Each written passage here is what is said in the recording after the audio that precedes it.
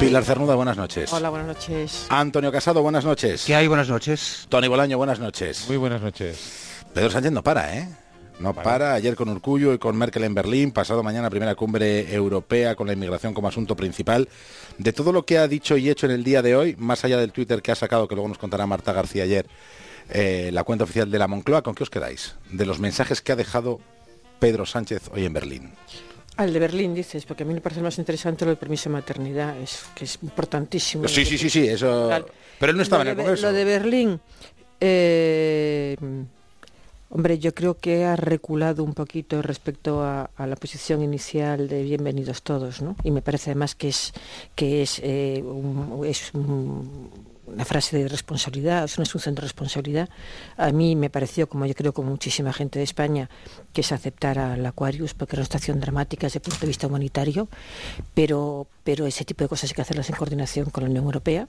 Y bueno, lo que estamos viendo, sus declaraciones de hoy han sido un poco en ese sentido. Está muy bien recibir a esa pobre gente desesperada, pero hay que hacerlo bien, sobre todo por respeto a ellos mismos, a los propios refugiados, hay que hacerlo bien.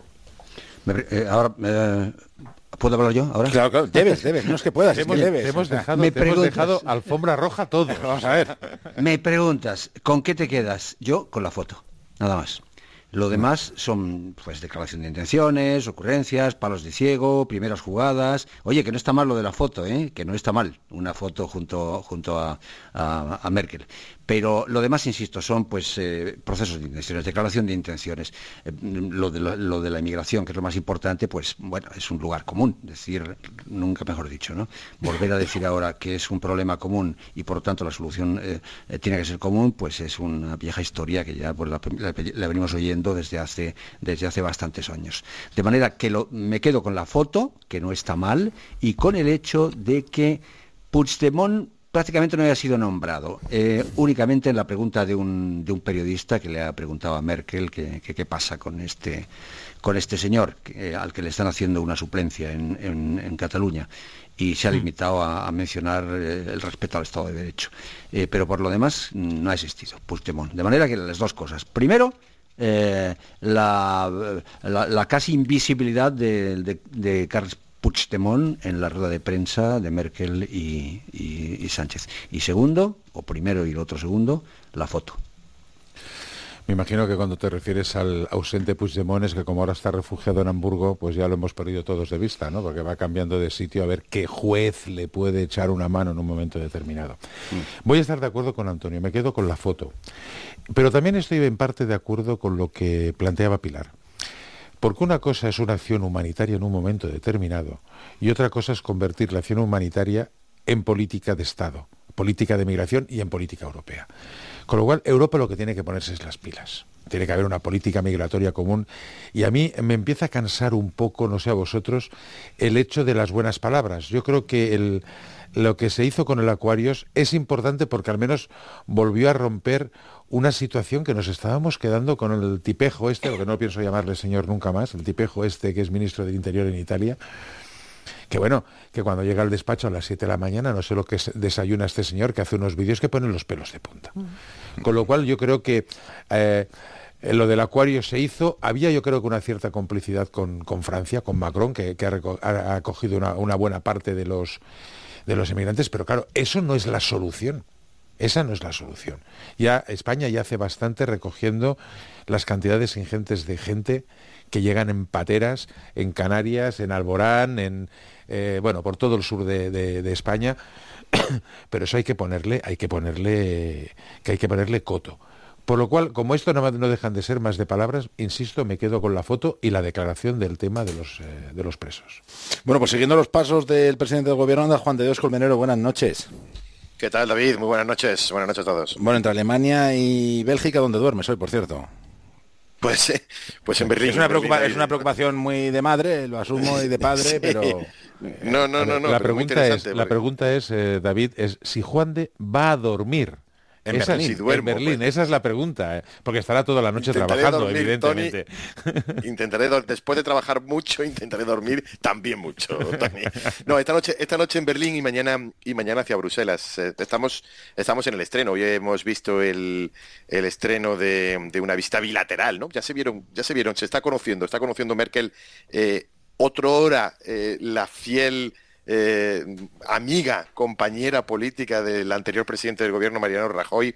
Ahora está conociendo a Pedro Sánchez, ¿no? Estuvo unos minutos con él el domingo en Bruselas y hoy ha sido la primera reunión bilateral, ¿no? Casi 2 horas han estado y al ser primera visita, bueno, pues también ha estado con todos los honores militares, con los himnos y como se hace en la Cancillería cada vez que hay la primera visita de un mandatario y en esta ocasión se ha hecho así. Se hace con las cumbres bilaterales entre España y Alemania, pero no se han producido hace ya bastante tiempo. De hecho, ha sido una de las cosas que han pactado, han intentado consensuar hoy Pedro Sánchez y la canciller alemana Angela Merkel, que vuelva a haber esas cumbres bilaterales con varios ministros alemanes y españoles que hace tiempo que ya no se veían. Pero bueno, esta noche en Berlín y mañana para Bruselas en otro estreno, en el estreno de Pedro Sánchez como presidente del gobierno en un Consejo Europeo, y vaya Consejo Europeo que desde luego no está previsto que termine ni pronto ni a lo mejor demasiado bien.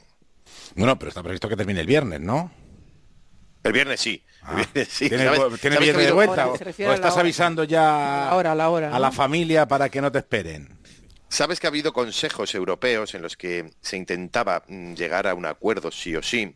Sabes que ha habido consejos europeos de esos que se han eternizado. Es verdad que era cuando se intentaban firmar tratados importantísimos, ¿no?, para el devenir de la Unión Europea.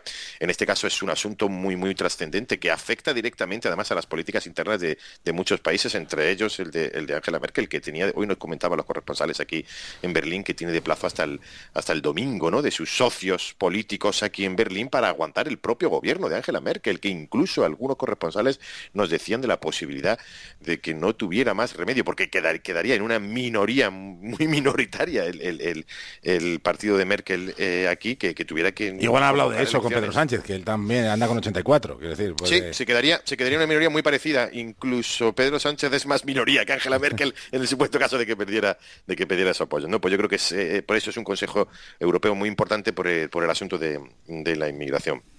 Bueno, y a la espera de la inmigración, Sí. Juan de Dios, lo que quería Pedro Sánchez era soltar la otra píldora sobre el asunto que últimamente nos ocupa, que es la política penitenciaria, respecto a ETA y respecto a lo que puede suceder con los presos catalanes que tenían algo que ver con el 1 de octubre y sus preparativos.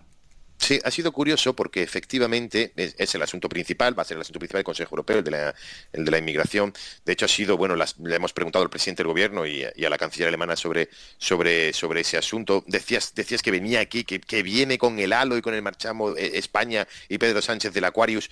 Se habla, intenta sacar ya menos pecho del Aquarius, porque ya de hecho cuando le preguntábamos, como has recordado hace unos minutos, por el otro barco, ya decía que eso es una cuestión europea. Y el planteamiento de Alemania y el planteamiento de Francia coincide más con el planteamiento que siempre ha tenido España, no con el planteamiento de acoger a todo y porque sí, y en una cuestión unilateral, sino un planteamiento mucho más común, mucho más europeo, que es el planteamiento que tenía el anterior presidente de gobierno y el anterior, incluso Rodríguez Zapatero, ¿no?, que era las ayudas en origen y la atención en los centros de internamiento. Esto que habla ahora como si fuera novedoso, tanto Francia como Alemania, lo de tener centros de internamiento y evaluar.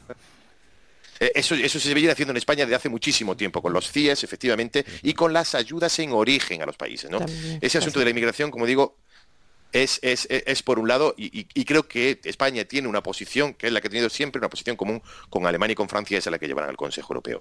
Y efectivamente, cuando estábamos en la rueda de prensa sobre un asunto que quedaba un poco colgando y dudoso del día de ayer, de la reunión en el Palacio de la Moncloa entre el Endacari Urkullu y Pedro Sánchez, bueno, pues le hemos preguntado al presidente del gobierno que si efectivamente estábamos hablando de un acuerdo concreto con el Endacari para cambiar la política penitenciaria y acercamiento de presos.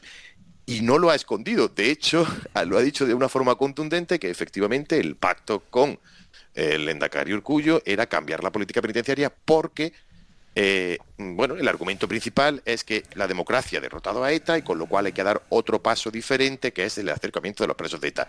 Ojo, que no estamos hablando de la vía Nanclares, que instauró Rubalcaba. No estamos hablando de caso por caso. que era, bueno, la vía Nanclares era muy concreta en ese sentido, que era arrepentimiento en este caso de la persona, del etarra que estaba cumpliendo condena, el perdón a la víctima y algo fundamental, que es la colaboración con la justicia. Aquí no estamos hablando de esa vía Nanclares que inició Rubalcaba, que luego han continuado los Ministerios del Interior durante los gobiernos de Mariano Rajoy. Estamos hablando de otra cosa, estamos hablando de cambiar la política penitenciaria para el acercamiento de los presos de ETA, porque ha cambiado la situación, y como ha cambiado la situación, tiene que cambiar también la política penitenciaria. Esto es lo que nos ha explicado el presidente del gobierno, lo ha dicho públicamente, que no quiere esconderse, y esto es lo que supuestamente ha pactado con el PNV y con el Lehendakari Urkullu. Yo creo que es un paso significativo, un paso importante y una reivindicación histórica del nacionalismo vasco, incluso de la banda terrorista, que era acabar con la política de dispersión y el acercamiento ETA, ¿no? Yo creo que es algo que ha concretado de una manera, explicándolo y argumentándolo y diciendo, y decía que lo hacía sin esconderse, ¿no? Yo creo que es loable por parte del presidente del gobierno decir que efectivamente estamos hablando de acercamiento de presos y de cambio de política penitenciaria. Bueno, pues ya nos irás contando cómo va ese Consejo Europeo y esperemos que termine más o menos bien y que termine en hora. Juan de Dios, hasta la próxima, buenas noches. Hasta la próxima, un abrazo, buenas noches. Pilar, ¿a ti anunciar el fin de la política penitenciaria que se había llevado con los presos de ETA? ¿Crees que es el momento? ¿Crees que es la fórmula? Vamos a ver, se iba a hacer. Se iba a hacer, y tú lo sabes, y los que estamos en esta vista lo sabemos todos, que se iba a hacer con el gobierno anterior, porque han cambiado mucho las circunstancias. Es decir, esto fue una medida que tomó Tony Asunción, si no recuerdo, y Enrique Mújica en un momento determinado. Enrique Mújica primero como ministro del Interior, con Tony Asunción de director de instituciones penitenciarias, y luego la continuó el propio Asunción. ¿Por qué? Porque las cárceles eran un elemento de organización de ETA, entre ellos mismos, porque coincidían en las prisiones, y además los abogados utilizaban esa situación de los ETAs en las mismas cárceles o agrupados en cárceles unos con otros para darle las consignas de la dirección de la banda.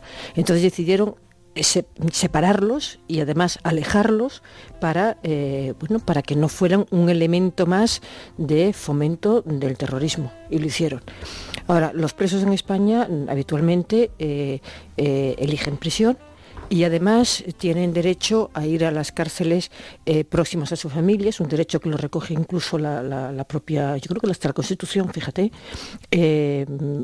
a no ser que existan algunos motivos que aconsejen ese alejamiento. Entonces, hasta ahora ellos lo habían reivindicado, el gobierno no lo hacía, pero es el momento en que parece que esté comprobado que no es que ETA haya anunciado que se disuelve definitivamente, sino que lleva años disuelta, no por su propia voluntad, sino porque ya no puede seguir con el terrorismo, porque afortunadamente las fuerzas de seguridad del Estado han trabajado para no existe ETA ya en este momento. Para su liquidación. Entonces había una amenaza por parte de abogados de estos presos de acudir al Tribunal de la Haya, puesto que las circunstancias habían cambiado y ya nada hacía necesario que continuaran dispersos, porque ya el motivo por el que habían sido dispersados y alejados del País Vasco ya no existe ese peligro, con lo cual había la certeza, y esto lo contaba la gente del gobierno de Rajoy, de que si iban al Tribunal de la Haya podíamos tener que acercarlos, pero con una sentencia humillante del Tribunal de Derechos Humanos que nos obligaba a acercarlos. Y eso era algo que estaba ya propuesto.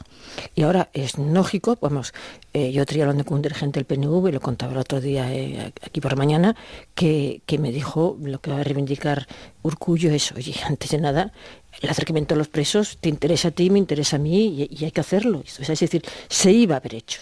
Habrá mucha gente del PP que se cabree, pero estaba en el ánimo del gobierno de Rajoy hacerlo, y nos lo contaban abiertamente.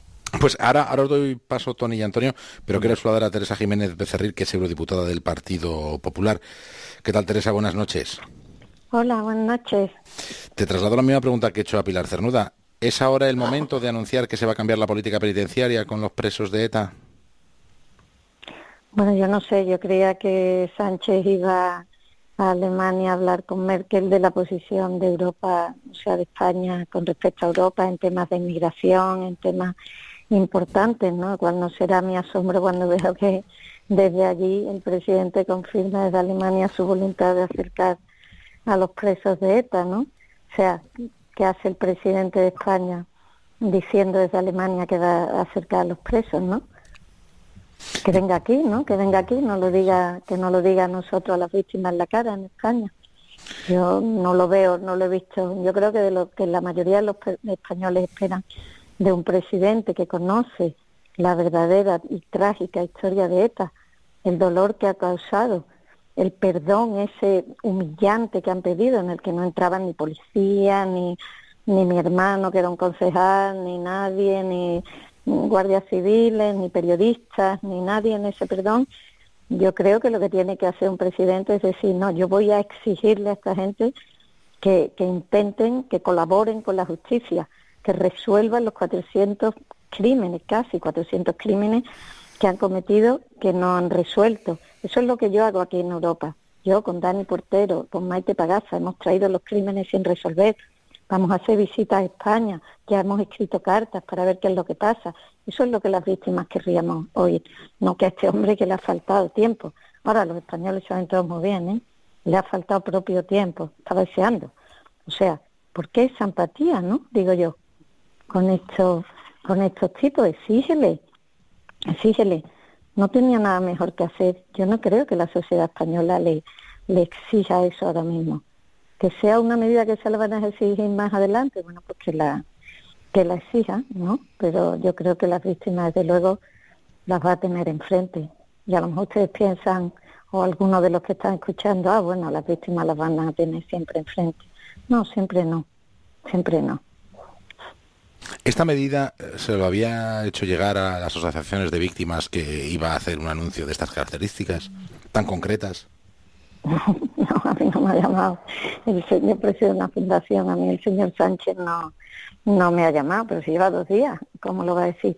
Yo sí sé que el ministro del Interior, Marlaska, que yo siempre he respetado y apreciado, tuvo una reunión el otro día con las asociaciones. Yo no pude ir porque estaba fuera de España por mi trabajo, que es donde trabajo, pero le contesté y pedí otra, y por supuesto se habló de eso y las asociaciones le dijeron que absolutamente no, que querían hablar, que no sé qué, que le mostraron su más absoluto rechazo, con lo cual no, es que yo sepa es lo único que tenemos, con lo cual es increíble escuchar a este hombre de Alemania no lo sé, habla usted de inmigración, ¿no? Que es prácticamente de lo que estamos preocupados, o no va a ir ahí, o sea, yo me bato por el terrorismo aquí, un día sí, otro no, y es lo que hago todo el santo día. Acabo de estar esta mañana en Colonia apoyando a asociaciones de toda Europa y víctimas de terrorismo, hablando de memoria, de dignidad, de justicia. Hombre, por Dios, o sea, que es que le ha faltado tiempo. Lo que los españoles tienen en su mente ahora mismo es que había un precio que, vamos, no le ha... En 2 días lo ha liquidado. Él dirá, yo esto lo liquido rapidito y así luego la gente se olvida y más tiempo que me quedo aquí. No, un precio a pagar al PNV por su apoyo, entiendo, señora Jiménez Becerril. Al PNV, a Bildu, a Podemos, que apoya a Bildu, y a todo el que apoya, sino porque esta gente le han apoyado a él, porque saben, y los independentistas y todo, que tienen una vida más cómoda con él, tienen una vida más cómoda. Yo no digo que aquí me ha parecido ahí un momento hablar de que si el PP, lo que sea, pero desde luego le hacía la vida más incómoda. Entonces, qué rapidez, ¿no? Venga usted a España, por lo menos, a decírnoslo a nosotros.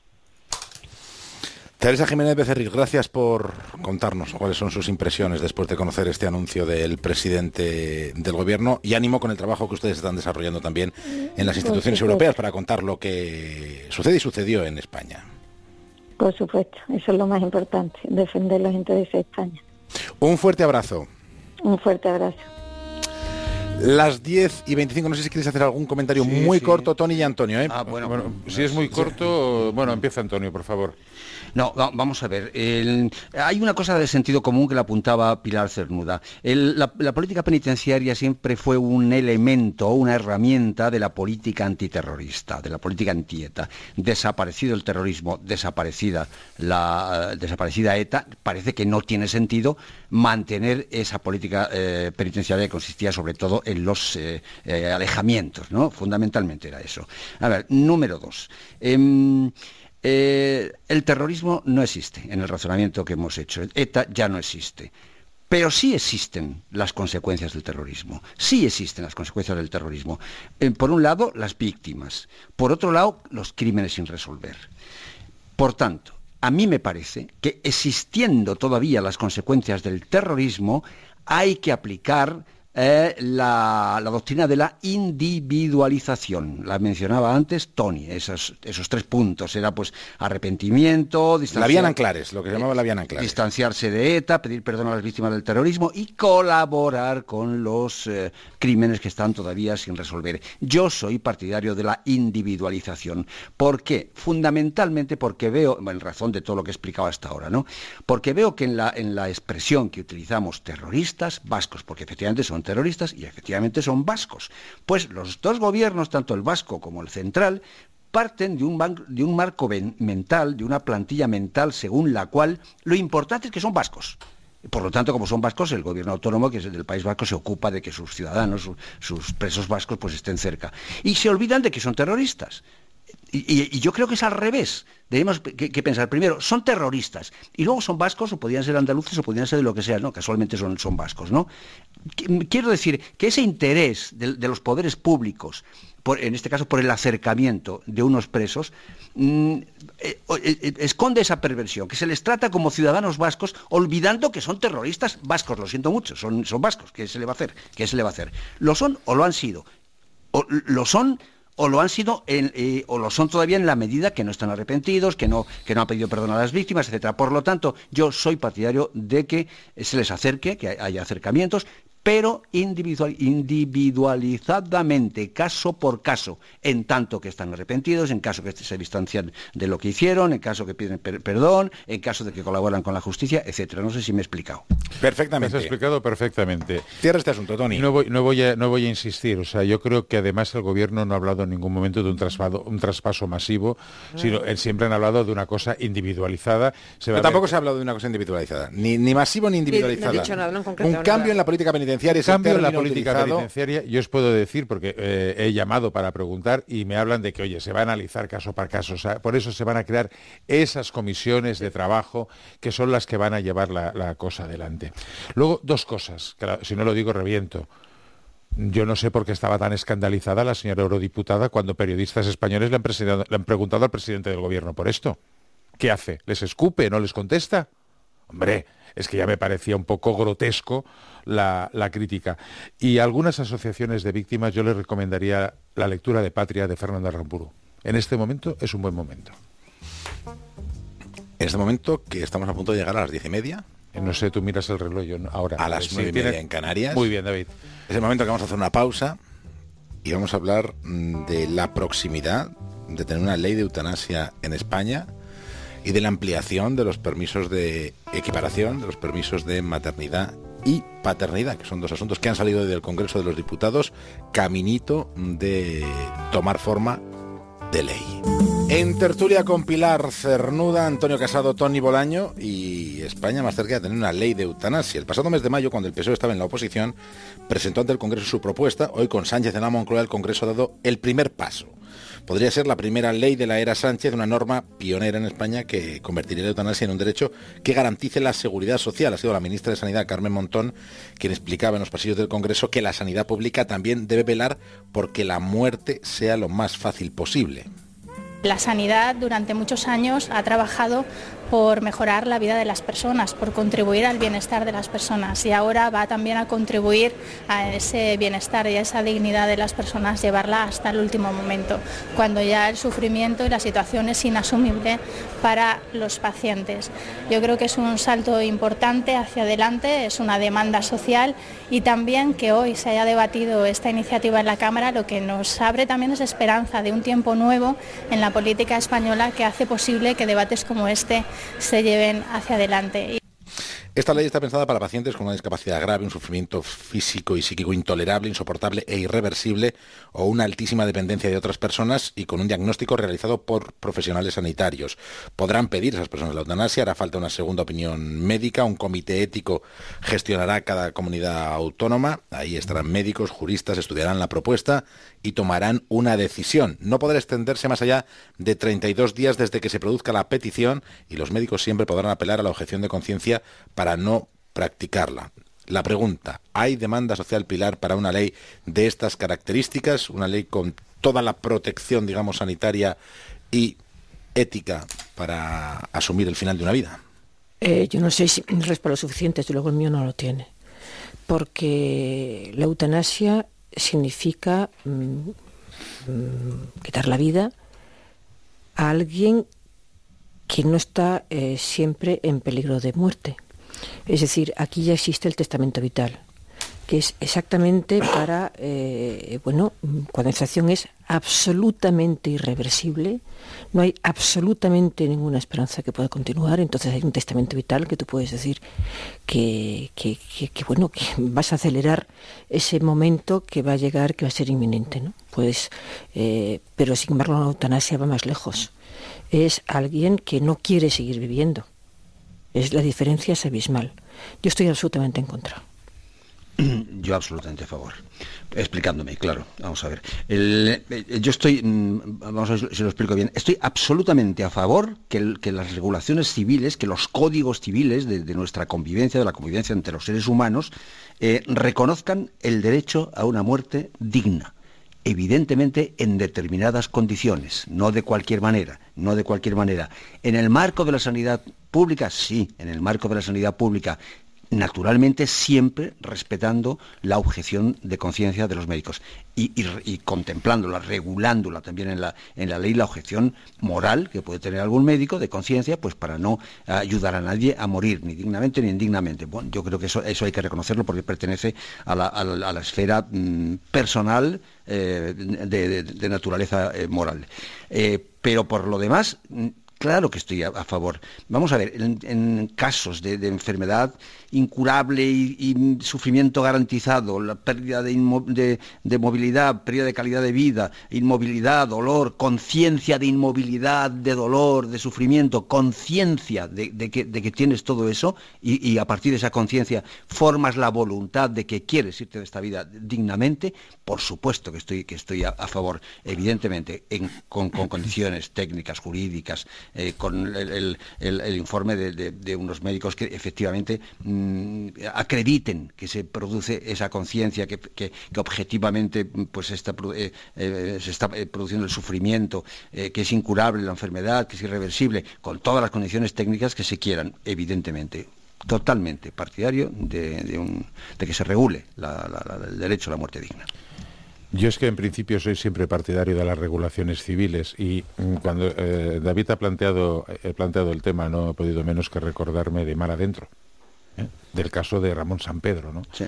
Es que nos estamos hablando de esto, no es una ley a favor de que la gente cuando le apetezca poner fin a su vida acabe, no, pero hay situaciones que realmente son tremendas, durísimas, y si hay una voluntad por parte de esa persona que la vida ya no le puede dar nada, al contrario, lo único que le da sufrimiento, yo creo que es necesario regularlo. Y luego, como dice Antonio, hay que poner todas las garantías para evitar, digamos, que nadie se pase. Pero lo que no quiero yo tampoco, en este país, ni en ninguno, es lo que hemos vivido en los últimos años en algunos países de Europa, ¿no? Gente que echa mano de un médico y de forma ilegal se pone fin a su vida. Oiga, no, me recuerda también lo del aborto. El aborto, todo el mundo, todas las chicas van a ir a abortar. No, ni mucho menos. Ni mucho menos. Pongamos unos parámetros para que la gente pueda tener una cobertura legal y sobre todo sanitaria. Bueno, pues división de opiniones. Me gusta que no opinemos lo mismo. En el Congreso de los Diputados, quien ha puesto la voz negativa a esta iniciativa de la ley de eutanasia ha sido el Partido Popular en voz de Rafa Hernando. Nosotros estamos a favor de la cultura de la vida y no a favor de la cultura de la muerte. Estamos tramitando además una iniciativa legislativa sobre cuidados paliativos de las personas en situación terminal. Me parece que ese es el camino y no transmitirle a la sociedad que aquí se puede matar a la gente en virtud de determinadas condiciones. Pues veremos si finalmente se convierte en ley, que todo parece que sí. Y también del Congreso de esta misma tarde, debate importante para avanzar en la igualdad. País Vasco fue la primera comunidad autónoma en probar la equiparación entre los permisos de paternidad y maternidad. Hoy el Congreso ha abierto la puerta a esa medida para que se extienda a todo el país. 16 semanas para la madre y 16 para el padre, que no podrán compartir ni ceder. Entiendo que con esto igual llegamos a la unanimidad, ¿o no, Pilar? Yo desde luego estoy a favor. Hay un elemento que no destacamos suficientemente en lo que se ha aprobado hoy. El que se ha aprobado el inicio de la tramitación, que es obligatorio. Porque es que ahora, claro. Es decir, ahora se ha incrementado el permiso paterno del varón, del padre, pero no era obligatorio coger ese permiso. Exacto. Bueno, y ahora es obligatorio. Eso, por eso decía yo antes, que es importantísimo desde el punto de vista no solamente familiar, el compartir el cuidado de los recién nacidos, que parece que es una obligación solo de la madre, y de esta manera ya es compartir ese cuidado, esa atención a los recién nacidos, sino que además hay un ingrediente que me parece un elemento fundamental, que es el laboral. Hay una barbaridad de empresas que se guardan mucho de contratar a mujeres que están en edad fértil, porque piensan que si se quedan embarazadas pues tienen que pedir una baja. Ahora, si saben que es exactamente igual el hecho de que sea una mujer o que sea un hombre, porque también él puede coger exactamente el mismo periodo de baja y además es obligatorio, es decir, que no puede decir no voluntariamente, aunque tengo derecho no lo tomo, no, es obligatorio, me parece que desde el punto de vista laboral es básico. Bueno, sí. En esto voy a estar de acuerdo contigo, Pilar. Sí, yo también. Además, fijaros que llevamos 2 días importantes en el mundo laboral en España, con esta ley, pero con el acuerdo que se firmó ayer. Que viene de antes, ¿eh? ¿Perdona? Que viene de antes, el acuerdo es de antes. Bueno, el acuerdo llevan 2 años ahí, dale que te pego. Pero se había llegado ya al acuerdo de que se iban a subir los salarios. No, sí, hombre, Pilar, sí. Ahora lo que se ha hecho es ha fijado la cantidad, pero hombre. Pilar, vamos a ver, vamos a ver, el tema del acuerdo interconfederal de ayer lleva apretando el anterior gobierno para que se firmara. Todos estaban de acuerdo a subir los salarios, pero yo creo que se tocaron temas muy importantes, sobre todo como el salario mínimo en las empresas de 1.000 euros, que significa un 15% anual para estos pequeños salarios, pero sobre todo se ha abierto la puerta en muchos temas de regulación, como el tema del asentismo, como el tema de las cláusulas de revisión salarial que estaban colgados, un cambio otra vez en la legislación de la conciliación laboral. No, eso sí, evidentemente, pero lo de la subida, que se ha puesto tanto el acento en la subida, ese acuerdo existía. Que no existía ese acuerdo. Hombre, que no existía, no había manera de llegar a ese acuerdo. Si no lo hubieran firmado mucho antes, porque los convenios estaban colgados esperando este acuerdo. O sea, al final se ha llegado a un acuerdo, es igual, ayer o hace un mes, me da lo mismo. Pero que se está empezando a abordar el tema de la conciliación. En el acuerdo de ayer uno de los temas importantes es flexibilizar las horas de entrada y de salida. Hoy hemos tenido esta buena noticia, que es un principio. O sea, yo creo que estamos entrando en el mundo laboral que llevaba muchos años desasistido. La crisis lo dejó hecho trizas. Y durante 7 u 8 años no se ha hecho absolutamente nada, y yo creo que todas estas cosas que están sucediendo en estos días, que sean bienvenidas, porque además también mentalizarán a los hombres que se piensan que el tema de tener hijos no es cosa suya. En esto no vamos a discrepar. Efectivamente, a mí me parece que es fundamental que se arregle de una puñetera vez ya lo de la conciliación del trabajo con la vida familiar, y ya está. Me parece un avance, me parece que es un paso adelante, me parece que trabaja en favor de la cohesión social y sobre todo en favor de la institución familiar, es decir, refuerza la institución familiar. Y luego lo que decía Pilar es fundamental, es decir, que en las empresas ya no pueden discriminar a la mujer porque puede quedarse embarazada. Eso es, que está embarazada, porque le va a pasar lo mismo con los hombres. Absolutamente de acuerdo. Pues ahora, discrepancia y unanimidad. Y una pausa y vamos a hablar del Partido Popular, que hemos preguntado a los oyentes. ¿El de la migraña o el otro? Y el famoso censo. ¿Quieres hacer algún comentario sobre la migraña de Cristina Cifuentes? O sea, me parece, vamos, lo de hoy ha sido un pequeño escándalo. A ver, Tony. A ver, no, me parece un escándalo. Va a tener que ir a declarar. O sea, intenta no ir la semana pasada argumentando no sé qué. Hoy no se presenta diciendo que tiene migraña. Hombre, sí. Le han enviado un forense, vale, de acuerdo. Vamos a ver, ¿tú no crees que Cifuentes tenga migraña? Entonces, yo creo que está intentando marear la perdiz, pero, a ver, en Cataluña decimos se te veo el llautó, se te ve el algodón, ¿no? O sea, el forro, ¿no? De alguna forma. ¿Y con qué objetivo? Pues el de que amontonen su causa con la de Pablo Casado. Exactamente. ¿Y se lleve al Supremo? Bueno, es que se está sustanciando en el Supremo, claro, la de Casado. Y ella quiere que lo añadan a ese expediente. O sea que son maniobras de orquestales con el objetivo de subir a una categoría superior de tribunal. Lo que pasa que da la impresión que no tiene mucho que ver un caso con el otro, ¿no? Pues no. Y en cualquier caso, lo que sí parece que hay una responsabilidad enorme por parte de quien organizaba esos cursos. Eso es lo que claro, parece, que había un chiringuito montado, Entonces, un lo que hay que chiringuito presuntamente presuntamente delictivo. Entonces, lo que hay que saber es, si tú sabías que había ese chiringuito y te aprovechas de esa situación de que hacían cualquier cosa con tal de que tú tuvieras tu título, o bien tú pides una serie de quiero hacer esto y esto y esto, y te dan unas facilidades que tú no sabes que son selectivas, ¿no? Se me cayó los palos de sombrajo cuando la declaración de Pedro Calvo, el concejal de Madrid, hace unos días, le dijo al juez, dice que yo termino el curso, que yo tengo unos sobresalientes, pero si yo dejé el curso, si yo no hice nada, y me encuentro ahora con que me dice usted que he terminado el curso y que más tengo sobresalientes, pues esto demuestra que hay alguien que es un tramposo monumental. Y que un tramposo y que se llevaba sus buenas. Bueno, claro. Es que hay que investigar mucho cosas de los másteres. En este tema, una compañera nuestra, una compañera de La Razón, que ha estado unos años trabajando en la administración del gobierno, se apuntó al máster, lo dejó porque por su enfermedad, por su estado de salud, le era imposible. Y se ha enterado ahora de que le habían dado un máster. Por eso te digo que es que hay másters y másters. Es que no habría ni que abrir la tapa del yogur. Ni tan siquiera llegó a pagar. Exacto. Porque dijo, oye, no llego, no puedo. Y ya tenía el sobresaliente. Bueno, pues y se ha enterado ahora que estaba en un listado. Pues es lo que le pasó es lo que le pasó el otro día a Pedro Calvo, exactamente lo mismo. Es decir, el máster normalmente hay que hacer un esfuerzo importante para sacarlos adelante, por eso son importantes.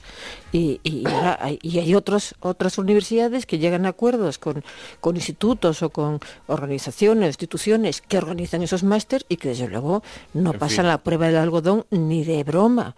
Son lugares que montan chiringuitos para ganar dinero, nada más, exclusivamente para eso.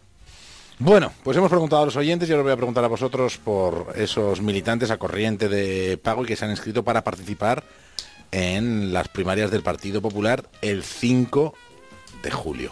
Pero antes, el que es cliente de Línea Directa lo sabe, porque además el que es cliente de Línea Directa, muchos de ellos son oyentes de La Brújula, saben que una de las razones por las que está cómodo con ellos es por el compromiso de movilidad de Línea Directa. Como hoy hemos avanzado la presencia de Caridad García, pues lógicamente nuestro querido Gómez, que está entusiasmado con el paso a octavos de Argentina, no ha puesto su sintonía, que creo que llega el momento, Gómez, para poder decir eso de Caridad García, buenas noches, pero que tenga todo sentido. Ahora sí, saludo, buenas noches. Caridad García, buenas noches. ¿Qué tal, cómo estáis? Además hemos preguntado a los oyentes por los afiliados que se han apuntado al Partido Popular, son un que montón. van a participar. ¿Os lo cuento eso porque son tan pocos? ¿O no os lo cuento? Pero primero el resultado de la encuesta. Vale, la encuesta. El resultado de la encuesta, a ver, ponemos en contexto, ¿vale? 66.384 militantes del PP según la última actualización de la tarde, porque a primera hora de la tarde eran 2.000 menos. No sé estos 2.000 de dónde han salido, pero por ahí bueno, estaría. 7,6% del censo que se han inscrito, están al corriente de pago y podrán votar al sucesor de Mariano Rajoy. Hoy El Mundo creo que publicaba que había miedo a que la participación fuera menor que en las primarias autonómicas del PP, pues ahí más o menos han estado. Antes de saber el resultado, había algún candidato como José Ramón Hernández García que decía que el PP estaba haciendo el ridículo y que la gente tiene que poder votar e inscribirse hasta el final. Bueno, nosotros hemos preguntado qué te parece ese dato de 66.384 militantes, el 7,6% del censo. Y tengo que decir que a la mayoría de la audiencia le debe dar bastante igual, porque el 57%... Como la mayoría de la militancia, entonces. Porque al 57% ha votado por ellos sabrán. O sea que no le quita el sueño a la audiencia si son muchos o pocos. Al 27% le parece que son muy pocos, el 9% son pocos y al 7% le parece que son suficientes. O sea que no sé yo. Prudencio dice que efectivamente no encaja el número de afiliados con el declarado por Cospedal, que hablaba de más de 800.000. Fermín dice que están contados en modo manifestación, es decir, 10 veces más de la realidad, esos 800.000. Y hay un oyente JCPA que dice, son muy pocos para decidir el futuro de un partido. ¿No debería votar al menos el 50 o el 60% de la militancia? La pregunta es, ¿existía ese 50 o 60% de la militancia? Vamos a ver, el porcentaje seguro. Vamos a ver, yo llevo 3 días con esta historia y he llamado a todo Dios. Primero, a los 66.384. No, es que es mucho más fácil. Primero, yo nunca me he creído que había 800.000, ni siquiera 780.000, como decía esta mañana la María Dolores de Cospedal, porque aquí no sé, pero ni este partido ni ninguno. Cuando alguien deja de pagar las cuotas, que evidentemente hay que darle de baja, no se les da de baja. Eso es lo primero. Cierto. Segundo, aquí cuando tú haces un congreso para elegir a alguien, hay que hacer las cosas bien. Lo que tú no puedes es poner un congreso el 5 de julio. ¿Por qué? Porque el 5 de julio media España está de vacaciones, la afortunada que tiene posibilidad de ir de vacaciones, o por lo menos te vas al pueblo mandas con los abuelos o haces algo, y resulta que estos señores del Partido Popular, primero, no son capaces de darse cuenta que el 5 de julio y luego el 21 no se deben celebrar unas elecciones porque la gente no está en su casa, y si decide celebrarlo igual, que podían haberla cambiado, porque es verdad que los estatutos te marcan unas fechas en función de cuándo te quedas sin presidente, y salía el 5 de julio, pero tú puedes hacer una propuesta a la Junta Directiva Nacional para ponerla, por ejemplo, hasta septiembre o hasta octubre. O sea, es decir, que la mitad de los militantes o votantes, militantes o afiliados no están. Pero están veraneando. Están veraneando, pero se inscriben, se ponen a cargo de la cuota al día. Con esas 20 euros anuales, y la segunda fase es, ¿dónde tengo que ir a votar? Dice, a su sede. Dice, ¿cómo a mi sede? ¿No puedo votar en la sede del Partido Popular de allí donde está veraneando? No. ¿Usted qué pretende? ¿Que yo deje a mis niños o a mi mujer o a mi marido y que yo me marche otra vez a mi casa a buscar a mi sede? Ese es su problema, tiene que ir a la sede. Entonces dice, por internet, telemático, como hacen todos los partidos, como ha hecho el PSOE, como ha hecho Podemos, que todo el tiempo hacen la diferencia, nosotros tenemos más. Y dice, no, tiene que ser en persona. Y claro, evidentemente, me parece muchísimo 60.000. Es que te ponen todas las dificultades. No puedes votar por internet, que eso ya es retrógrado total. Tienes que volver a ir a tu sede. Que el Tony, como no es militante del Partido Popular, ha veraneado ya hace 15 días. Es que es de locos. Es que es de locos. Lo han hecho como yo decía esta mañana, lo han hecho con los pies. O sea, no lo pueden hacer peor. Pilar, vamos a ver. O sea, que cuenten las milongas que quieran. No, perdona, a mí no me lo ha contado nadie. 13 de julio... Me he puesto a preguntar como si yo fuera una militante. Es lo que he hecho en estos 3 últimos días. 13 de julio, insisto, 13 de julio de 2014. Sí. 132.630 votos válidos, 967 en blanco, 148 votos nulos. Sí. 27 de julio de 2014, Congreso del Partido Socialista donde sale elegido Pedro Sánchez. O sea, eso de las fechas no vale. En el PSOE vamos a ver, telemático. El PSOE se veranea menos. Veranean menos. Vale, entonces, vamos a ver, Tony, es que este color mío no sirve. No, y telemático. Porque tú vas en junio, y telemático, no votar en julio. Y telemático, con Pedro Sánchez se votó telemático, y con el Podemos, y con Podemos también. No, en el PSOE, perdona Pilar que te lo diga, no hay voto telemático. Es voto presencial en las agrupaciones. Solamente voto presencial para unas... Yo lo he hecho. Tú vas a tu agrupación, no la donde veraneas. Yo, mira, he estado 3 días intentando ver cómo se votaba, y imposible. O sea, yo cuando dijeron hoy 60.000, digo, me parecen muchos.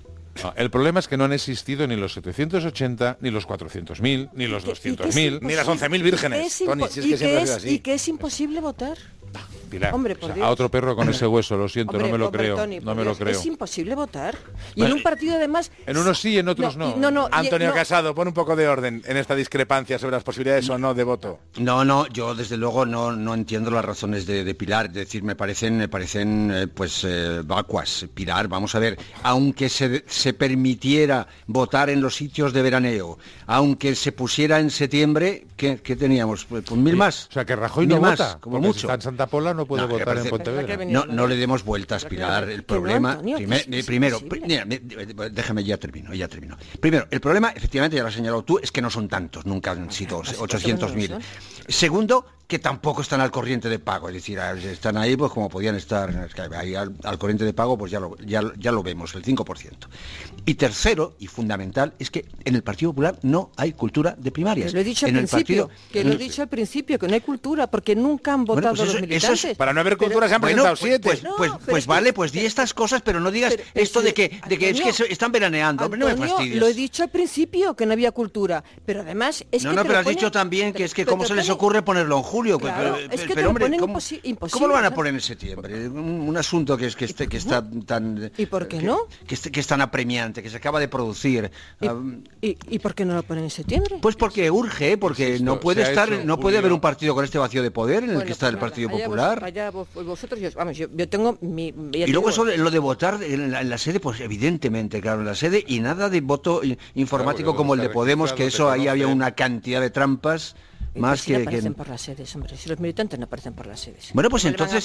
¿Cómo le van a conocer? Entonces que empiecen diciendo, no somos 800.000, somos... La pregunta es, ¿esto es un partido?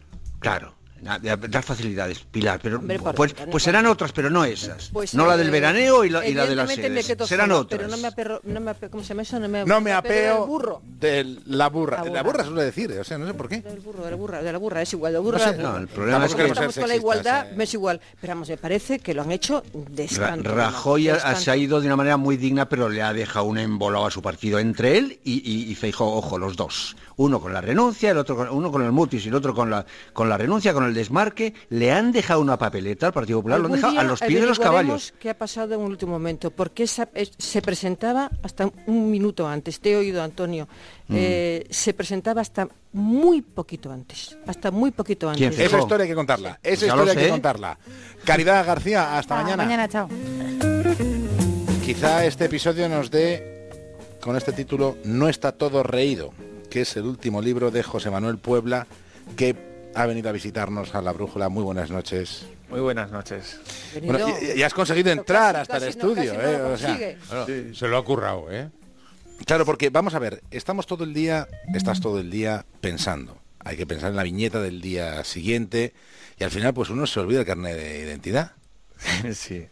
Me suele pasar que soy bastante, aparte de que tengo otros protagonistas, yo por mí mismo suelo ser un generador de anécdotas.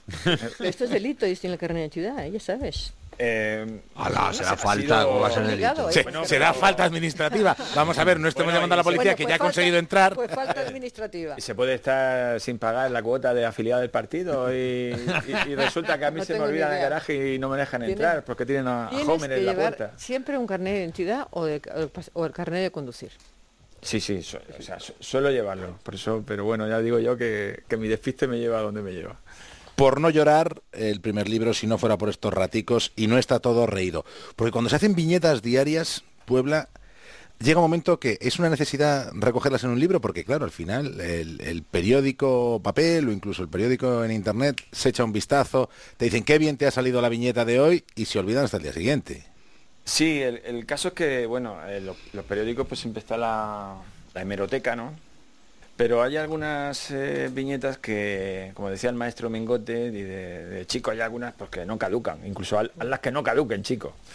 Y últimamente los libros de los recopilatorios estoy haciendo eso, que estoy dejando a los personajes con nombre propio, los dejo fuera, a los políticos y tal, cosa que hacía los primeros, porque bueno, hay viñetas que son bastante recurrentes, hay gente que todavía me sigue diciendo que siguen releyendo Si no fuera por estos raticos. Ya les invito a que está el otro y que ya pueden dejarlo. Pero bueno, la primera que aparece en este libro, una figura de Cervantes, dice, qué inspirador es mi España, cuando no se me ocurre nada solo tengo que mirar por la ventana. Y con lo que ha pasado en el último mes, Puebla, ¿no te has dejado algunas viñetas hechas ya para el veranito? Y para poder veranear, por ejemplo, si quieres descansar. Con lo que ha pasado el último mes, dices. ¿Tú crees que yo me puedo adelantar algo? O sea, ha habido 2 o 3 semanas que ha dejado el panorama político completamente del revés, ¿no? O del derecho, como diría alguna gente. Pero hay muchas cosas que puedes adelantar y luego resulta que el día a día pues te las levanta igual que una noticia, ¿no? Cuando llega el verano lo que intento es también hacer pues temas más transversales, ya no por más descanso, sino porque la verdad es que son también los que más me llenan. A mí me gusta la política, el político siempre te acaba salvando el día. Pero luego tienes otra posibilidad de que si tienes ya, como es lo que a mí me ha pasado también en los últimos años, que el guionista se está comiendo ya al dibujante. El guionista tiene muchas ganas de contar cosas. Al principio dibujaba como pretexto, pero el guionista ya tiene muchas ganas de contar cosas y valores y tal. Y muchas veces eso en el día a día no se puede transmitir. Algunas sí, ¿no? Pero aprovecho esos momentos de, por ejemplo, los fines de semana para evadirme un poquito y, bueno, desde la persona anónima, pues darle ese toque a hablar de economía, hablar de todo lo que nos acontece, pero ya no con el día a día, que esas declaraciones que nos dan los políticos que adoptan también en cuestión de instantes. Dice la página 34, un padre con su hija en una barquita: papá, ¿qué es el interés general? Una quimera. Una quimera. ¿Y tu proceso de trabajo cuál es? Tú sintonizas la radio, ¿no? Yo sé seguro que el profesor Rodríguez Brown le echas una audición por la mañana. La brújula algún ratito te la escuchas también. Bastante. Yo incluso, de hecho, cuando la escucho en directo es porque o estoy trabajando tarde ese día, precisamente adelantando, o porque me ha tocado hacer la cena, y por eso os tienen manía en casa, porque cuando yo empiezo, papá, ¿y qué vamos a comer? Y yo le saco con la encuesta, digo, pues si te acercas al precio justo, te hago los perritos o lo que sea. Estoy haciendo siempre esa broma y claro, los críos están un poco cansados, pero que sepáis que no es por el contenido, sino porque yo soy bastante follonero con el tema. Y o lo estoy escuchando en directo o hay podcast para seguir, ¿no? Muchas veces se ponen los temas, pues vosotros ponéis los temas también, esto como se retroalimenta a alguno, ¿no? Vosotros leéis la prensa. Luego los que no lo hemos leído todavía ya nos vas poniendo sobre el tablero los temas que hay, incluso se van escuchando muchas cosas en la tertulia que cuando yo diría, si yo estuviera en esa mesa contestaría tal, pues esa ya es mi idea, ¿no? Para dibujar. Claro. Algunas veces escuchas cosas que que dicen, no, precisamente no voy a ir por ahí, ¿no? Te sirve la tertulia para decir, no me gusta el camino que está tomando. Pero muchas veces son inspiradoras de ideas que se van quedando, y eso, no voy a ir contra los tertulianos porque es una cosa que devoramos. O sea, se puede ir, son profesionales, no te preocupes. No, pero ahora la pregunta es, lo de los derechos de autor, ¿cómo lo cobramos esto? Bueno, cuando tú te sientas identificada con alguna que diga... Pero bueno, del cura... del cura... David, hemos hecho... Hicimos una conjunta. Una conjunta que yo muy agradecido que pusiera ahí del cura al ladito de Puebla, y te la enseñé, esta vez la enseñaste. Porque es ladronzuelo. Porque no vale cualquiera. Hay gente que te espera en el bar, ¿no? Que también es una fuente de inspiración.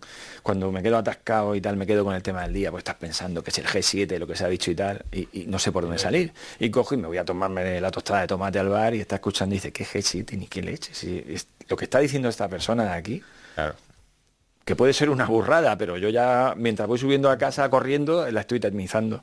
Si yo estoy al lado y me pongo a meter la tostada de tomate, el café con leche, da cuenta de que no estoy para nada atento a mi desayuno y que estoy poniendo la oreja, ¿no?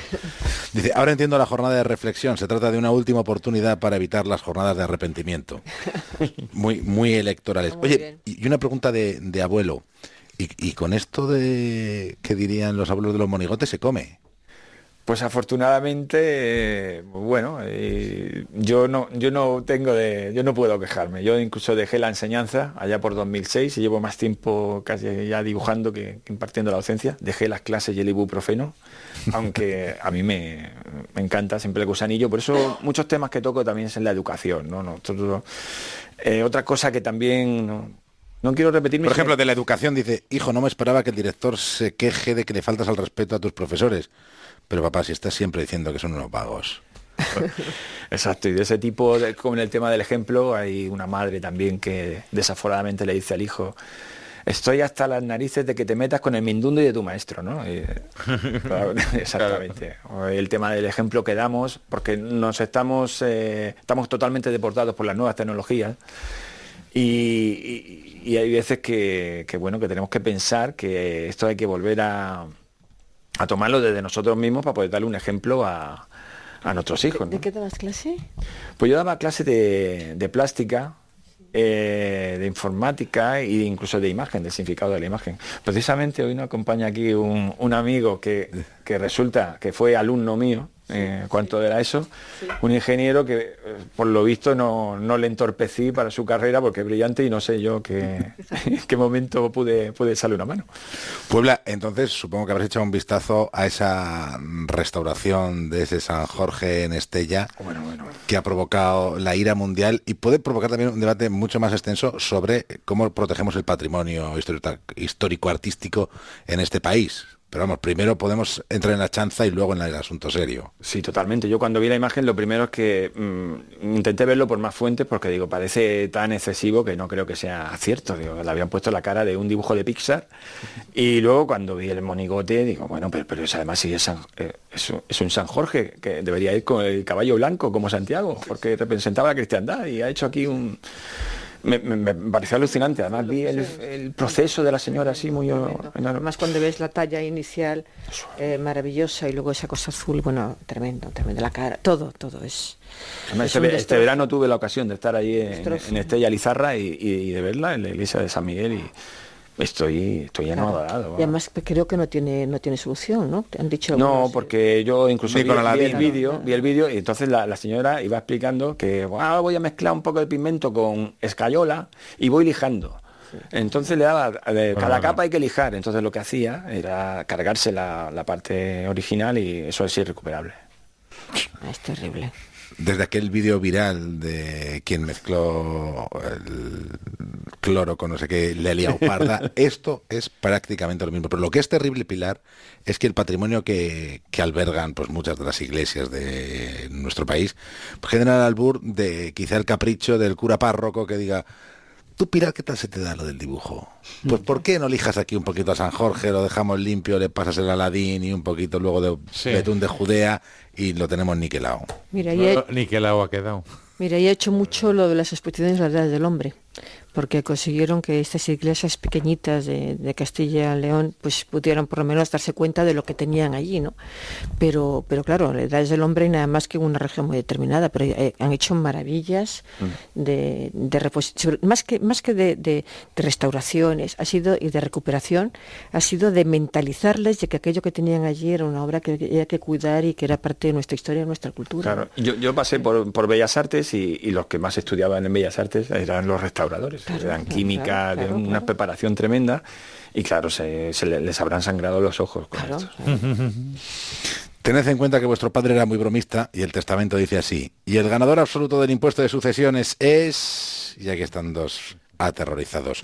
Puebla, no está todo reído. Te podemos leer en el ABC, ver, disfrutar todos los días, también La Verdad. Sí. Y luego, pues, cuando quieras, nos te revisitamos en No está todo reído. Y el resto de los libros, ¿cómo se titulaban? Pues el anterior Por no llorar. Su gemelo fue Si no fuera por estos raticos, que fue el anterior, que también... Y luego, pues, estaba Por no llorar, y hubo uno primero que fue Con buen talante, que puede sonar... Pues, esa la inauguró Zapatero. Eso, claro. Bueno, Zapatero dio para mucha viñeta. Mucha, porque, bueno, y yo creo que incluso la que va a dar Sánchez, porque toda esta gente que viene... digamos con porque digamos que venimos de una etapa en la que estaba vacía de ideología, pues cuando ya vamos cargados de ideología eso da para mucho, para bien y para mal, porque estamos deseando que se rellenen las cosas, hasta ahí estamos de acuerdo. Lo que pasa es que hay veces que la efusividad y tal nos puede llevar a ciertas cosas que a los humoristas nos encantan que nos hagan. Y la sobreexposición, ¿cómo harías tú alguna viñeta sobre el Falcon? El primer viaje en el Falcon. Bueno, había dibujado, me parece que es la de hoy, hay veces que yo llevo el día. Yo había sacado que, bueno, en la entrevista de Urkullu, sí. Sánchez también aparece con sus gafas de sol en la cabeza, pero está leyendo la lista de compra que le ha dejado el Lehendakari. Y entonces Urkullu en ese momento lleva unas gafas de estas que le ponen a los deal, ¿no? Y le dice, ¿te molan las mías? Como diciendo, o sea, aquí el jefe soy yo, ¿no? José Manuel Puebla, gracias por esta visita que nos has echado A a un polígono, porque visitar un polígono a las 11:15 Y que es encima no te dejan entrar. muy meritorio, es muy meritorio. Pero lo has conseguido, ¿eh? Sí, ha sido alucinante, pero sí, lo conseguí. otra anécdota más. Un fuerte abrazo y muchísimas gracias por esta visita. A vosotros. ¿A Marta García ayer la conoces? No la conocía. ¿Qué tal? No la ¿Cómo conocía. estás? Pues Pues sigo es mucho. Encantada, lo mismo digo, también de ponerte cara yo a ti. Genial. Esto- Desvirtualizarnos, Bueno, ¿no? Lo llamáis ahora. Estoy encantado. Y a Caridad, que estaba aquí, no le he dicho nada, pero la he reconocido en cuanto la he oído. Pues ha salido de la puerta a auxiliarme y creía que era alguien de producción. ¿no? Aquí se hace de todo. Bueno, ¿te quedas con nosotros hasta el final casi? Oh, me O sea que encantaría, claro, me claro. voy a escuchar, claro que sí. Dime que no va a ser portada, Marta García Pues no ayer. va a ser portada el community manager de la Moncloa. No. No le toca dar la Bueno, cara. porque no sabemos quién es, pero sí su No obra. sabemos quién es y no sabemos tampoco si ha sido idea suya. A lo mejor solo le ha tocado adjuntar las fotos que le han pedido y no lo ha diseñado él la estrategia, esa que ha llevado a tuitear desde la cuenta oficial de la Moncloa 4 fotografías, con una no debía de ser suficiente, con diferentes gestos de las manos del presidente del gobierno, Pedro Sánchez. Empezamos viéndole correr por los jardines del Palacio Presidencial, acariciando a su perro en las escalinatas de la Moncloa, esa imagen del Falcon con las gafas que comentaba Puebla, y se les está yendo de las manos. Bueno, sí, Está yendo de las manos, concretamente. literalmente, porque el cachondeo hoy ha sido monumental, aparte pudiendo tener la foto con Merkel de la que hablabais antes. Claro. Buena gana de quitarle protagonismo, claro. de contraprogramarse uno Acariciando a así. Merkel. Acariciando a Merkel. y eso. Bueno, están en portada, ya os voy haciendo spoiler de La Razón, efectivamente, estas 4 fotografías, el culto al líder de las gafas a unas manos con determinación, que eso es lo que decía la cuenta de la Moncloa, repito, la cuenta oficial, que las manos del presidente marcan la determinación del gobierno, eso es lo que decía el mensaje. Pues yo no acabo de entender, compartido no acabo de por la entender la cuenta de determinación y el Palacio. juego de manos. O sea, Pilar, ¿tú ves aquí determinación o...? No, nada. Parece más de croupier, ¿no? De que se ha remangado un poquito la camisa para que vea que no hay truco y que no esconde ninguna carta por debajo. Tony tiene información. Eso es cosa del ex asesor de Monago. No. ¿Tú crees que no? No, y contundentemente no. Bueno. Y el que lo ha hecho yo creo que ahora en estos momentos debe estar llorando porque alguna bronca le ha caído, porque estas cosas son una cosa, se puede estar de acuerdo con Entonces la foto del Falcon. no ha sido el community. Como tú decías antes, y antes estábamos comentando Pilar y yo que la foto del Falcon, yo sí que la veo bien porque es la foto de Kennedy, luego fue la foto de Obama, te puede gustar o no, ahí, pero claro, yo es que todavía estoy buscando la determinación. Y estas cosas, como decía Marta hace un momento, o sea, se te van de las manos muy fácilmente. Nunca mejor dicho. Tienes que Pero es que hacerlo son bien. carne de meme, por favor. Pero déjalo para un día donde quieras cambiar de tema, no para el día en que Yo solo te ha puedo salido bien. decir que no lleva 26 días, y hombre, dejémosle, algunos no diré los 100, pero dejémosle 50 días para que no la vuelva a piciar. Vale, ya no Por supuesto, claro, pero si no pasa absolutamente nada.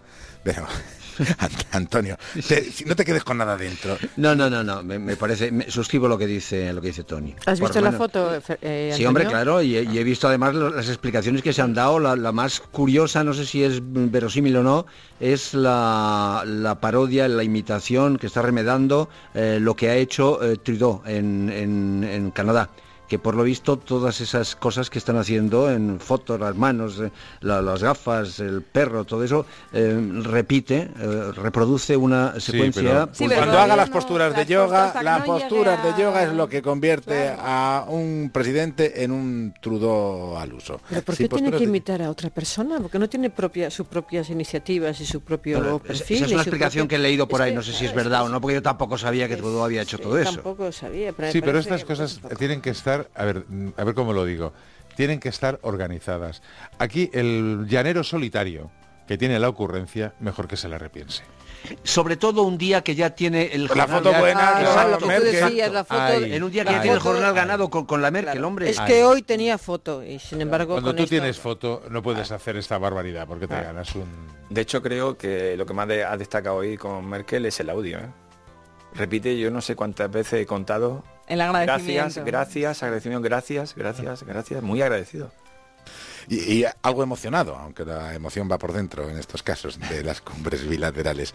¿De qué no estamos hablando lo suficiente, Marta García, ayer? Pues no estamos hablando lo suficiente del matrimonio forzado, ese que obliga a los menores, a las menores normalmente, a contraer matrimonio con adultos, pues a una tempranísima edad de 10 u 11 años. A lo mejor os suena el nombre de Noura Hossein, que es una niña sudanesa. Bueno, era niña cuando se casó, tenía 16 años, ahora ya tiene 19 y lleva desde entonces en la cárcel, porque la segunda vez que su marido, un primo suyo de 36 años, con la que su padre le obligó a casarse, la intentó violar con ayuda de los parientes que la sujetaban, Por Dios. le acuchilló y murió el violador, y ella fue sentenciada a muerte por ello. Claro. Hoy hemos sabido que después de una fuerte campaña internacional, de una gran movilización, ha cambiado su parecer el tribunal sudanés, que no recoge la existencia de violación dentro del matrimonio, no existe tal delito, aunque hay muchos testigos que aseguran que en este caso así era, y han cambiado la condena, la liberan de la condena a muerte y va a seguir en la cárcel 5 años más, pero Noura podrá irse en libertad. Y hablamos de Sudán, que es el país que ocupa el lugar 165 de los 188 países en el índice de desigualdad de género, pero no es Sudán el único país que tiene este problema. De hecho, habríais a lo mejor leído el artículo muy interesante que sacaba El Mundo hace unos días del número de niñas que los Mossos de Escuadra ya han impedido que concierten matrimonios. Y estamos hablando de España y estamos hablando de los Mossos que llevan la cuenta. Hay otras comunidades autónomas donde a lo mejor no la llevan. Son 75 matrimonios los que han evitado en Cataluña desde 2010. Estos son los que han podido evitar, no sabemos cuántos. Son costumbres de pueblos subsaharianos y es un control. Bueno, está eso. Indios también, pakistaníes. Indio, está luego el tema de la castración genital. Y marroquíes. Y marroquíes también. Sí. La mayoría, las mayores veces salvan a las niñas, porque son niñas o chicas muy jóvenes, que ellas mismas piden ayuda a los Mossos para que les protejan contra sus padres. Y en las escuelas, donde avisan, se van a despedir de sus compañeros de clase porque ya no van a poder... Y los padres se llevan supuestamente de vacaciones y los casan con quien les apetece, con quien da más dinero para casarse con ellos. Sí, Madre mía. Una venta pura y dura. Sí. Cambiemos de aire, te lo dije, Marta García, ayer. Te lo dije, David del Cura. Refrescos, esto, oye, Marta, eres de mi quinta. Tú no bailabas esto. Vaya. Te pilló mayor. No, perdona, me pilló con 28 años y bailaba esto y Cadillac Solitario de Loquillo, perdonadme. A mí me pillaba de viaje de fin de curso a algún sitio esta canción. Bueno, tampoco hace falta que hagas sangre del árbol. He tenido la elegancia de no decir el curso. Yo sí lo bailaba, era un simpático, los refrescos. Claro. No, pero en Madrid no hay playa. Pero a lo mejor sí. Anda ya. Hacía mucho tiempo que no hablábamos de Carmena. Oye, en Barcelona también tenéis playas artificiales, ¿por qué no las vamos a poder tener? Perdona, o sea, vamos a comparar. O sea, aquí, vamos, arrasamos sin bajarnos del autobús. Bueno, tenéis un pantanico aquí arriba. Vamos a tener una gran playa con una gran bandera de España. ¿Puedes tú decir lo mismo en Barcelona? En los jardines del descubrimiento, en la Plaza de Colón. Ahí es donde Carmena planea. La fuente. Por eso te digo que a ver si tienes tú playas con bandera de España. De locos. Bueno, en fin, no voy a hacer ningún comentario. No le está pareciendo muy bien a Pilar Cernuda tampoco. Ni a Pilar Cernuda ni a los comerciantes junto a la Plaza de Colón, que no creen que el tipo de ciudadanos que atraiga a la arena que se planea poner, pues sea el tipo de ciudadano que se compra un bolso del Loewe o de las marcas de lujo de las tiendas cercanas. Incluso habrá gente que se confunda con el Museo de Cera, ¿no? Por ahí andando. Sí, está allí mismo, además, claro. No te eches mucha crema y, pues claro, puede ser confuso. Esto va en serio, no me estáis llamando. No te estamos tomando el pelo. La chancla. De hecho, Carmena también quiere saber qué opinas de esta idea. Sabes que en el Ayuntamiento de Madrid todo se consulta. Y esta idea para julio y agosto es de hacer una playa urbana. También la tiene París, son muchas capitales las que han creado su propia en la Plaza de Colón. Sí. Puedes cerrar la boca que te queda muy ordinario, ¿Dónde está la Tony? bandera esa grandísima? Tony ya está pensando en el kiosco con el flotador del cocodrilo. Está de locos, hombre. Esto forma parte de una corriente arquitectónica de vanguardia de recuperación de espacios públicos. Se está dando en muchas ciudades europeas y de otras partes. Ese sitio más apropiado, ¿verdad? Me debo quedar antiguo, pero vamos, me parece. No hay muchas sombras. A mí es el problema que le veo fundamentalmente, es que no hay muchas sombras. Y además Hombre, salvo que se haga toldillo con la bandera.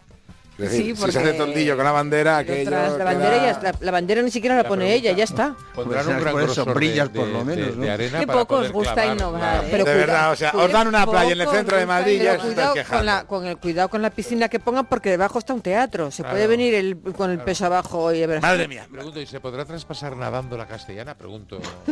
Sí, tú sí, si lo haces con un Con bañador turbo. Hombre, un barco de vela. Perdona. Pilar, Antonio, Tony, querido Puebla, Marta García Ayer, hasta la próxima. Mañana más. Hasta luego. Fernando Nega, buenas noches. Muy buenas noches, David, y buenas noches a cualquiera de los afiliados del Partido Popular inscritos para votar el día 5 a su posible presidente. Habéis sido 66.384, muchos menos de los previstos por los cálculos más pesimistas. Habéis sido un 7,4%, cuando esta mañana pensábamos que llegaríais al 10% y ya nos parecía un entusiasmo descriptible. Por ello, siento la necesidad de hacerte un reconocimiento público por haberte tomado la molestia de inscribirte. Y si yo fuese dirigente del PP, pondría una placa en Génova que dijese: a los 66.384 afiliados a quienes interesa el futuro de esta casa. Cuando se es tanta minoría, todo reconocimiento es poco, y más en tu caso, porque mira que te lo han puesto difícil. En muy pocos días hubo que encontrar candidatos para suplir la orfandad del padre Mariano y del padre Alberto. En un abrir y cerrar de ojos hubo que inscribirse con esa condición previa de estar al corriente en el pago de la cuota. No tuvisteis tiempo ni de enteraros de que existía ese mecanismo. Alguien, querido afiliado, hizo un procedimiento deliberadamente complejo porque no creía en las primarias, y si no se creía, ¿para qué dar facilidades? Y encima surgió una sospecha. De las votaciones del día 5 saldrán 2 elegidos, pero puede ocurrir que el más votado por los afiliados no sea el ganador final de los compromisarios. Así que, cada vez que se repasa lo ocurrido, tu mérito se agranda.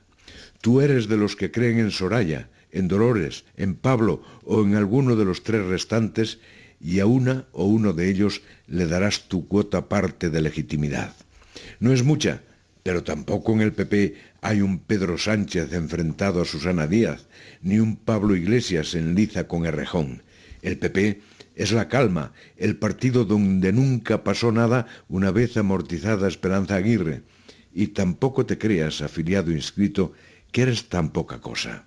Juntos sois realmente una multitud.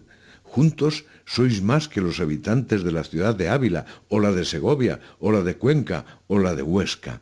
Y sois, sobre todo, los selectos que podéis elegir al presidente del Partido Popular. A los que no acudieron a apuntarse, ¿qué quieres que les diga? Que merecen lo que les caiga. Pues así despedimos hoy La Brújula. Enseguida en Onda Cero, El Transistor con José Ramón de la Morena. Ya tenemos 2 nuevos para octavos. Buenas noches.